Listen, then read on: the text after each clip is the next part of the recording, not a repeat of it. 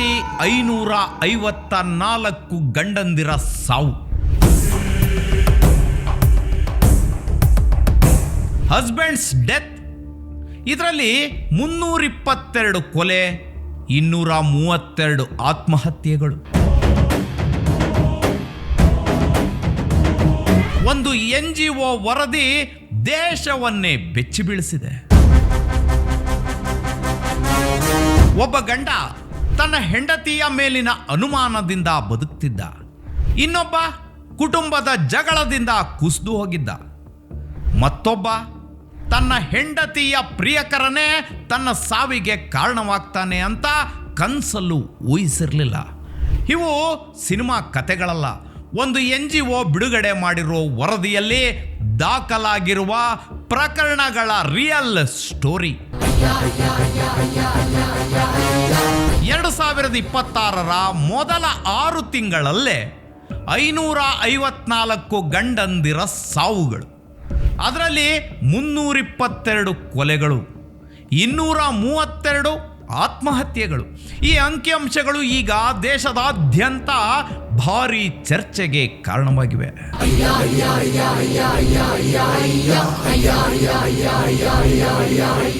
ನಮಸ್ಕಾರ, ನಾನು KR ಬಾಬು. ಇವತ್ತು ನಾನು ಹೇಳೋಕೆ ಹೊರಟಿರೋದು ಗುರುಗ್ರಾಮ್ ಮೂಲದ ಏಕಂ ನ್ಯಾಯ್ ಫೌಂಡೇಶನ್ ಎಂಬ ಒಂದು NGO ಬಿಡುಗಡೆ ಮಾಡಿರ್ತಕ್ಕಂಥ ಒಂದು ವರದಿ ಬಗ್ಗೆ, ಬೆಚ್ಚಿ ಬೀಳಿಸುವ ಅಂಕಿ ಅಂಶಗಳ ಬಗ್ಗೆ.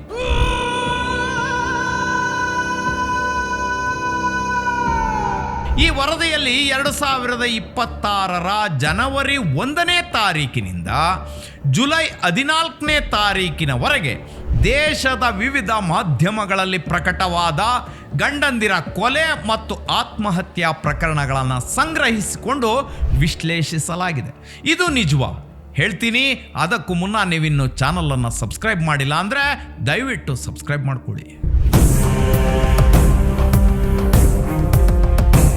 ವಿಡಿಯೋ ಶುರು ಮಾಡೋಕ್ಕೂ ಮುನ್ನ ನಿಮಗೊಂದು ಕ್ಲಾರಿಟಿ ಕೊಟ್ಬಿಡ್ತೀನಿ. ಈ ಅಂಕಿಅಂಶವನ್ನು ಬಿಡುಗಡೆ ಮಾಡಿರೋದು ನ್ಯಾಷನಲ್ ಕ್ರೈಮ್ ರೆಕಾರ್ಡ್ ಬ್ಯೂರೋ ಅಲ್ಲ, ಒಂದು NGO ಬಿಡುಗಡೆ ಮಾಡಿರುವ ಅಂಕಿ ಅಂಶವಿದು.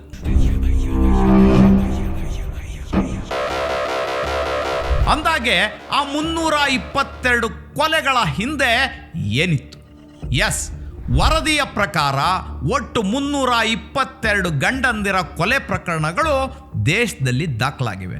ಅದರಲ್ಲೂ ಅತ್ಯಂತ ಬೆಚ್ಚಿ ಬೀಳಿಸುವ ಸಂಗತಿ ಅಂದರೆ 194 ಪ್ರಕರಣಗಳು, ಅಂದರೆ ಸುಮಾರು 60.2%ನಷ್ಟು ಅನೈತಿಕ ಸಂಬಂಧಗಳಿಗೆ, ಅಂದರೆ ಇಲ್ಲೀಗಲ್ ಅಫೇರ್ ಹಿನ್ನೆಲೆಯಲ್ಲಿ ನಡೆದಿರೋ ಕೇಸುಗಳು ಅನ್ನೋದು ಭಯ ಹುಟ್ಟಿಸುತ್ತೆ. ಏನಾಗಿದೆ ಹೆಣ್ಣು ಮಕ್ಕಳಿಗೆ ಅನ್ನೋ ಪ್ರಶ್ನೆಯನ್ನ ಖಂಡಿತವಾಗ್ಲೂ ಹುಟ್ಟು ಹಾಕುತ್ತೆ.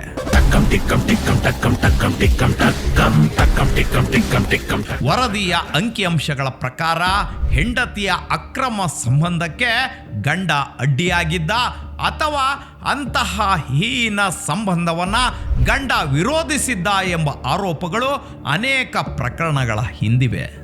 ಕೆಲವು ಪ್ರಕರಣಗಳಲ್ಲಿ ಹೆಂಡತಿ ತನ್ನ ಪ್ರಿಯಕರನ ಜೊತೆ ಸೇರಿ ಸಂಚು ರೂಪಿಸಿ ಗಂಡನ ಕಥೆಯನ್ನು ಮುಗಿಸಿದಾಳೆ.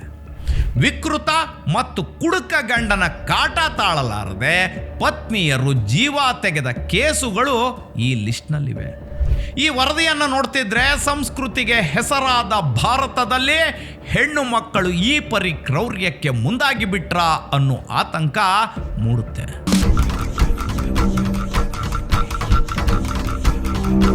ಒಂದು ಕಡೆ ಅಕ್ರಮ ಸಂಬಂಧಕ್ಕೆ ಕೊಲೆಗಳು ನಡೆದಿದ್ರೆ, ಮತ್ತೊಂದು ಕಡೆ ಮನೆಯೊಳಗಿನ ಜಗಳಕ್ಕೂ ಪತ್ನಿಯರು ಗಂಡಂದಿರನ್ನ ಕೊಲ್ಸಿದ್ದಾರೆ.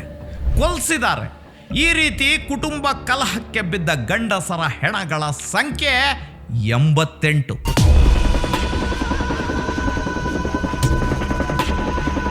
ಪ್ರತಿದಿನದ ಜಗಳ, ಅನುಮಾನ, ಅಹಂಕಾರ, ಸಂಬಂಧಗಳಲ್ಲಿನ ಬಿರುಕು ಇವೆಲ್ಲವೂ ಕೆಲ ಮನೆಗಳಲ್ಲೇ ಹಿಂಸೆಗೆ ತಿರುಗಿವೆ.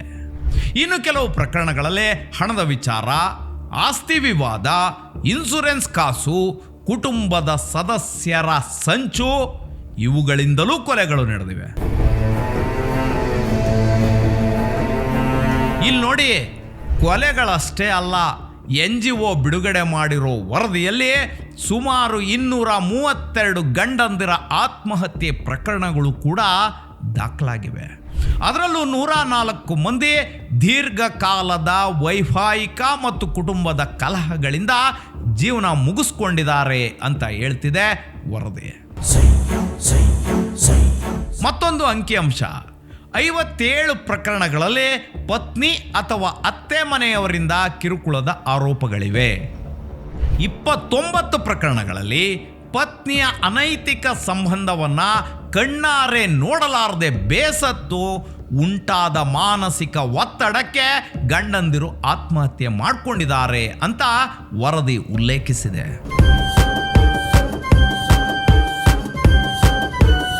ಇದರ ಜೊತೆಗೆ ಸುಳ್ಳು, ಕ್ರಿಮಿನಲ್ ಆರೋಪಗಳು, ವರದಕ್ಷಿಣೆ ಕಿರುಕುಳ, ಮಕ್ಕಳ ಕಸ್ಟಡಿ ಸಮಸ್ಯೆಗಳು, ನಿರಂತರ ಮಾನಸಿಕ ಒತ್ತಡ ಇವುಗಳು ಕೂಡ ಕೆಲ ಪ್ರಕರಣಗಳಲ್ಲಿ ಗಂಡಂದಿರ ಸಾವಿಗೆ ಕಾರಣಗಳಾಗಿವೆ.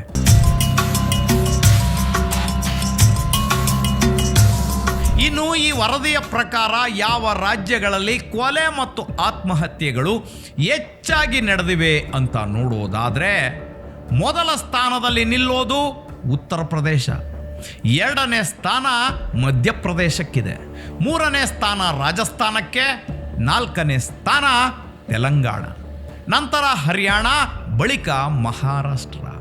ಕರ್ನಾಟಕ ರಾಜ್ಯ 8ನೇ ಸ್ಥಾನದಲ್ಲಿದೆ. ಅಂದರೆ ಇದು ಒಂದೇ ರಾಜ್ಯಕ್ಕೆ ಸೀಮಿತವಾದ ಸಮಸ್ಯೆ ಅಲ್ಲ.